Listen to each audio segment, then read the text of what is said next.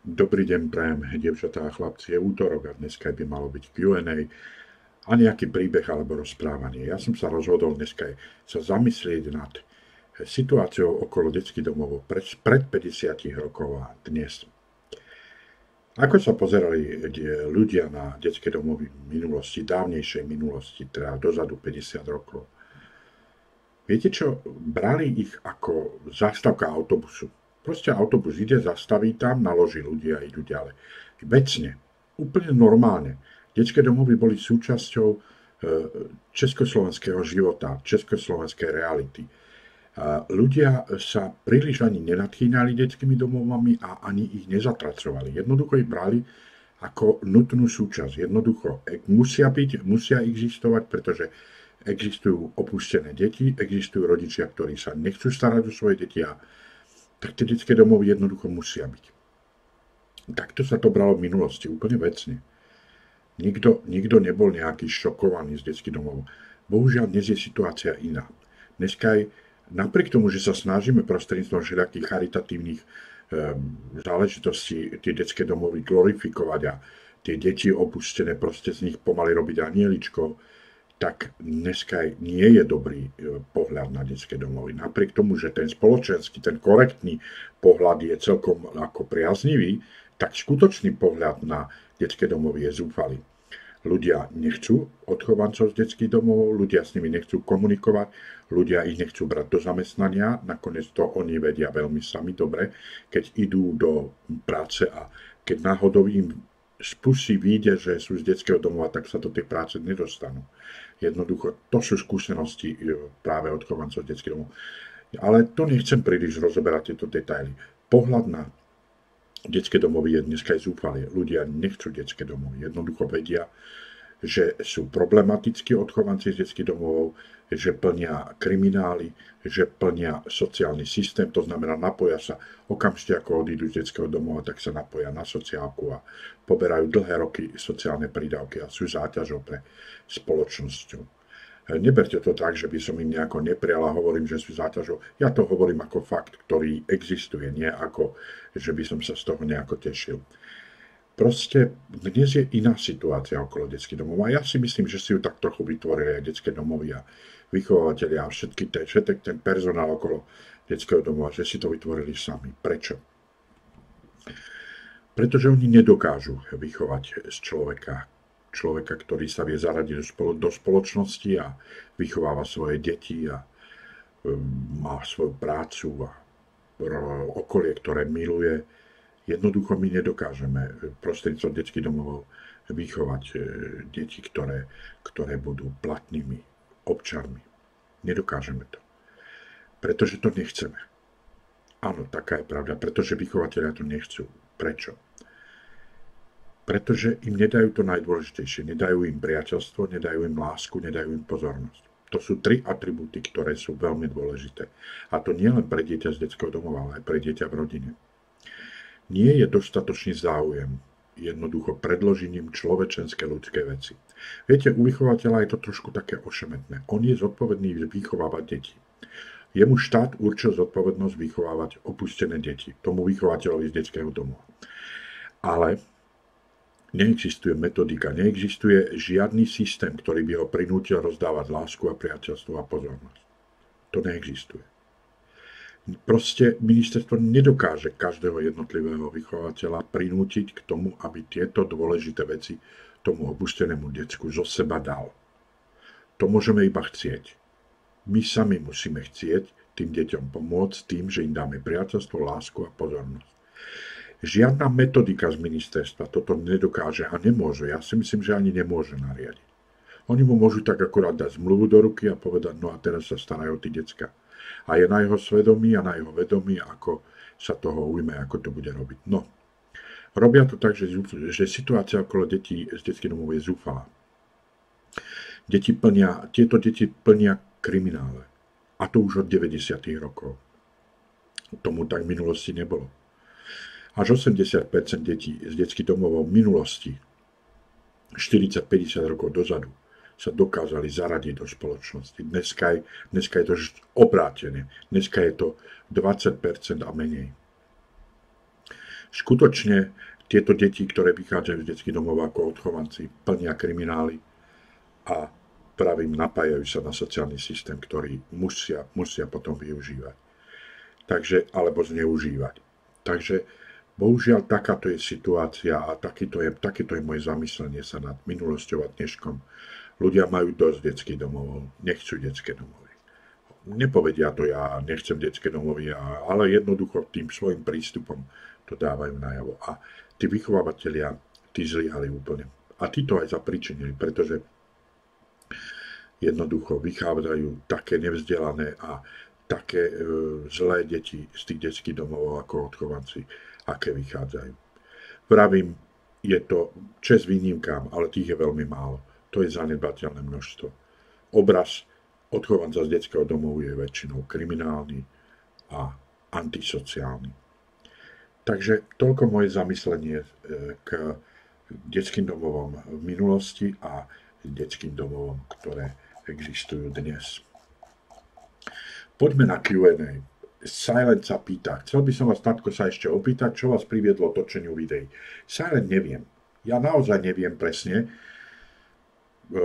Možno potreba pomôcť Michalovi, možno aj moja nejaká potreba komunikovať s ľuďmi, mladými ľuďmi, pretože ja keď vidím von reálnom svete, tak so mnou chcú hovoriť iba starí ľudia 40 rokov a vyššie. A to ja moc nechcem, pretože oni sa furt sťažujú a oni furt mi hovoria o svojich chorobách. Jedna pani tá pravidelne, keď ju stretnem, tak mi hovorí o svojej chorobe, ale to mi hovorí vždy, keď ju stretnem. Takže ja viem už asi 50 rôznych nastavení a jej príbeh a už ma to zmáha, už ma to unavuje. Ale budem ju aj naďalej, keď sa pristaví pri mne, počúvať, pretože jednoducho ju nechcem rániť a nechcem jej ubližovať. A vypočujem si jej príbeh aj po 100-krát, aj po 1000-krát. Takže tvoja otázka bola, že čo ma priviedlo k točeniu videí. Potreba byť s mladými ľuďmi, s pružným myslením a láskavými mladými ľuďmi, ktorým predkladám príbehy zo svojho života. Taká potreba nebyť iba so starými a nebyť sám. A potom nezabúdate, že už dlhé roky Michal robí YouTube a robí aj streamy a tak nejak sa ma to dotýka môjho života tiež. A jednoducho som stále v tej téme, som stále v tom probléme, takže ono sa asi aj dalo očakávať, že časom sa k tomu pripojím. Ďalšia otázka je od Golema. Takto som asi taký dyslektik a dozvedel som sa to až v 18. To píše Golem, reaguje na to moje video o dyslexii.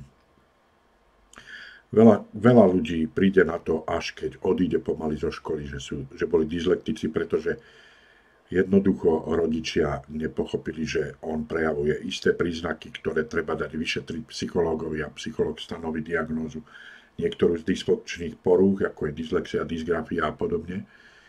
Takže mnoho ľudí sa to dozvie až potom, čo odíde zo školy, pretože jednoducho okolie nevenovalo pozornosť tomu, že on prejavuje určité špecifické príznaky. Trestuhodné je, že si to nevšimla škola.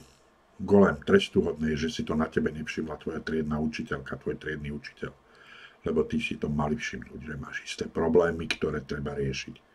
Ale taká už je naša škola, naše školstvo a zrejme aj v Čechách to tak je. Pretože dole budem čítať jeden príspevok, ktorý hovorí, že aj v Čechách je to tak ako na Slovensku. Takže bohužiaľ mali na to prísť možno aj tvoji rodičia, ale v prvom rade tvoja škola to mala jednoducho zachytiť a riešiť. Dominik Jurík hovorí, zdravím, Tatko, super video, naozaj veľmi dobre sa vás počúva, veľmi zaujímavý príbeh. Chcel by som sa vás opýtať, či to není blbá otázka, ale myslíte si, že Vladimír žije? Prosím vás pekne, on naráža na ten príbeh z vojny, kedy ten Vladimír zastrelil toho deväťaka, toho kapitána na tých schodoch a potom obrátil samopal proti sebe. Tam rozprávam ten príbeh, keď sa vrátite k mojim starším videám, to znamená niekoľko dní starším z minulého týždňa príbeh o vojne. Sú tam takí chlapci v tých žltých pyžamách, čo sedia na posteli, predu na videu. Takže to je ten príbeh, pozrite si ho, potom budete vedieť, o čom hovorí Dominik Jurík. Nie, neviem, či žije. Ja som to v tom videu jasne povedal Asi si to nezachytil, pretože si premýšľal nad tým príbehom, tak si to nezachytil. Ja neviem, jestli žije, alebo nežije. A nemením to ani zisťovať. Nebudem to zisťovať, či žije. Jednoducho, ten príbeh sa stal, ten príbeh je za mnou. Bol to dobrý kamarát, veľmi dobrý kamarát, ale ten príbeh je už za mnou. Ja žijem úplne iný príbeh dnes a pokiaľ on žije, tak žije tiež úplne iný príbeh a ja už to nemienim otvárať. Mr. Cock. Velice dobře spracované video, osobně jsem dys, akože má dysporuchu a preto je to pro mě osobní téma. Na mé základní škole se na mě přehlíželo jako na dys, ale nebyl jsem to jen já, který trpěl touto poruchou, byli jsme přehlíženi viacerí a učitelia na nás kašľali. Tak vidíte, aj v Čechách je taký problém. Jednoducho učitelia nechcú riešiť. Možno niektoré jednotlivci snahu majú, ale v konečnom výsledku celá škola, keď sa to zhrnie, nemá záujem podporovať deti s dysporuchami. Jednoducho zdržujú ich, obmedzujú ich, proste zdržujú ich. Nechcú sa im venovať. Viete, môj názor osobne je taký, že karavana môže ísť iba tak rýchlo, ako jej najposlednejší člen. To znamená, ak sú tam v tej karaváne dospelých a nejaké deti, musia prispôsobiť tú svoju chôdzu práve tým deťom, aby tá karavána bola úspešná a prišla do svojho cieľa. Pokiaľ by išli veľmi rýchlo, to znamená, že by prispôsobili svoj krok dospelým mužom, tak by sa mohlo stať, že tá karavána sa roztrhá a jednoducho neprídu do toho cieľa tak, ako by mali. A tak je to aj so školstvom. Pokiaľ neprispôsobíme svoj pohyb práve pohybu tých najslabších, tak nikam nedojdeme. A tak to vypadá aj toto školstvo. Veď si vezmite hodnotenia, oficiálne hodnotenia z Rady Európy o tom, ako naše školstvo vyzerá. Zorientujte sa, že sme ako keby sme boli v stredoveku, že sme ako keby sme boli vývinová krajina, nejaký Bangladeš a podobne. Jednoducho naši učitelia, ktorí vyliezajú do ulic, aby pýtali peniaze na svoje platy, sa môžu hanbiť. Nezaslúžia si ani o korunu viac. A ktorý minister im pridá, tak jednoducho cúva iba pred nátlakom. A jednoducho, ja by som učiteľom nepridal ani korunu. Pretože svoju prácu nerobia dobre. Nevykonávajú dobre. Najskôr sa postaráte o to, aby aj ten dyslektik sa cítil dobre v našom školstve, a nebol pripravovaný potenciálne o maturitu, nebol pripravovaný potenciálne o štúdium na vysokej škole a potom si zaslúžite svoje koruny, ale ináč ani mňa. Ešte by som vám skrátil, tak na polovicu. Jednoducho, to je môj názor. Učitelia? Nie. Žiadne nátlakové akcie nepodporím nikdy, keď ich budú robiť učitelia. Nikdy. Ani vo sne, ani ma nenapadne. A nikto z mojich spolupracovníkov v mojom združení, ktoré sa venuje dyslektickým deťom, niečo také neurobí. Pretože učitelia si svoju prácu nerobia, nechcú robiť a jednoducho zanedbávajú.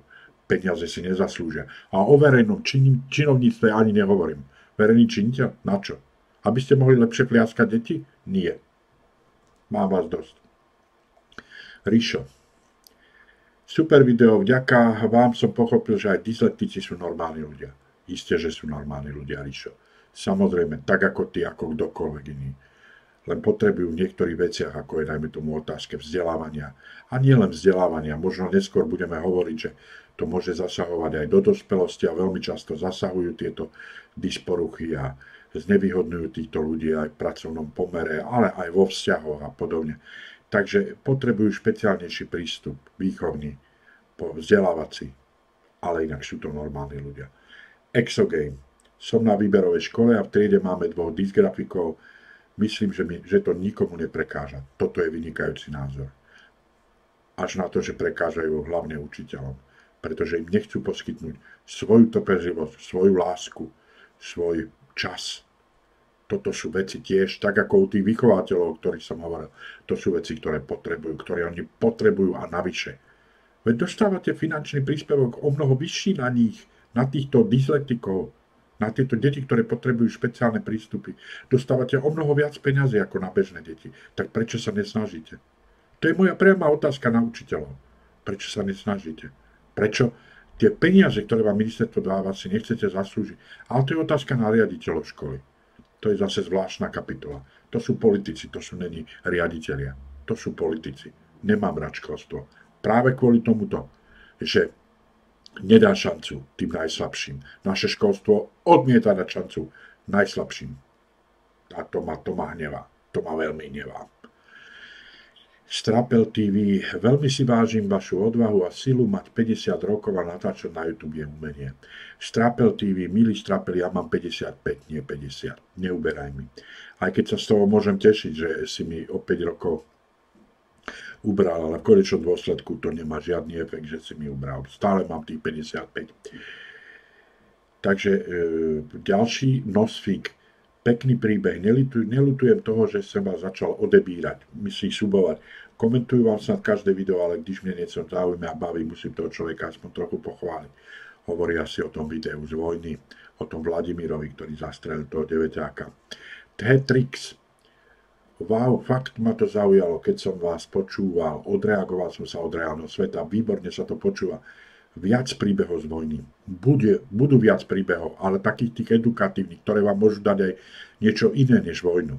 Viete, ja vojnu osobne nemám rád, preto tých príbehov až tak veľa priamo z vojny nebude. Mohli by byť kľudne každý deň, mám veľa príbehov, mám veľa zážitkov, ale ja vojnu nechcem podporovať, pretože ja ju nenávidím, ja ju nemám rád. Vojna v ľudskej spoločnosti je výsmech, vojna v ľudskej spoločnosti je niečo hrozné. To je schizma, to je proste cesta do pekia. Takže nejaké príbehy budú, ale také, ktoré vám poukážu skôr na to, že vojna je hrozná, absurdná a zlá. Takže moc príbehov z vojny nečakaj zase, že budú, ja neviem, každý deň. Nebudú. Chlapec veľmi zaujímavým menom, ktoré sa pokúsim teraz prečítať. 100 subs without video sub me please challenge. Píše, jediné video na YouTube, ktoré som dopočúval celé. Strašne zaujímavý príbeh. Tiež hovorí o tej vojne. Veľmi pekne ďakujem, ten chlapec s tým strašným menom. Takže ideme na ďalší príspevok. Mr. Cock, wow, k tomuto nejde říct iného než wow. Vaše emoce prímo vyzažujú z vašeho hlasu, ktorý sa strašne dobre poslúcha. Jen tak dál, mám vás rád. A ja ťa mám rád, Mr. Cock. A všetkých, ktorí ste tu na kanáli a podporujete ma. Aj tí, ktorí, vlastne oni ani neexistujú, tí, ktorí nepodporujú. Ja ďakujem, že máte takýto ku mne ohlas a že ma akceptujete, že ma podporujete, pretože vás ľúbim a som rád, že aj mnohí píšete, že ma budete podporovať a chcete, aby som svoju tvorbu robil ďalej. A Random Music, máte skvelý hlas, dobre počúvateľný a dokážete človeka zaujať rozprávaním príbehov. Ja byť vami alebo mať vaše myslenie a schopnosti, tak pracujem ako neoficiálny psychológ, ak sa to dá, alebo nejakú sociálnu prácu s ľuďmi. Random Music, ja pracujem ako v sociálnej práci. Ja práve v tejto oblasti pracujem, takže už roky rokúce. Ďakujem ti za tvoj podporný príspevok, ktorý je milý, príjemný. Random, takto na to video. Ja som ti dával rady ohľadom tých duchovných vecí v tej tvojej izbičke, tie predmety a podobne. Daj mi vedieť, ako to dopadlo. Ja ti dám rady opakovane a ty sa mi odmlčíš. Takže daj vedieť, ako to dopadlo. Mechanik píše, ste asi prvý, ktorého vidím, že začal takúto tvorbu. Veľký like a odber. Ďakujem ti pekne, Mechanik, a mnohým iným, ktorí mi dávajú odbery a lajky. Ale nie som prvý. Je viacero youtuberov, ktorí práve robia podobný content ako ja. Ďakujem ti ale napriek tomu, že si mi vyslovil pochvalu, podporu a záujem. A to je koniec nášho Q&A. A to je koniec nášho videa. Nezabudnite, priatelia, že dnes bude v téme anketa ohľadom zajtrajšej témy. Bude tam ponúknutých niekoľko tém a vy kliknutím vyberete tému, ktorú ja zajtra rozoberiem, rozviniem vo svojom videu. No a to je na dnes všetko. Mám vás rád, váš Tatko Avrič. Papa.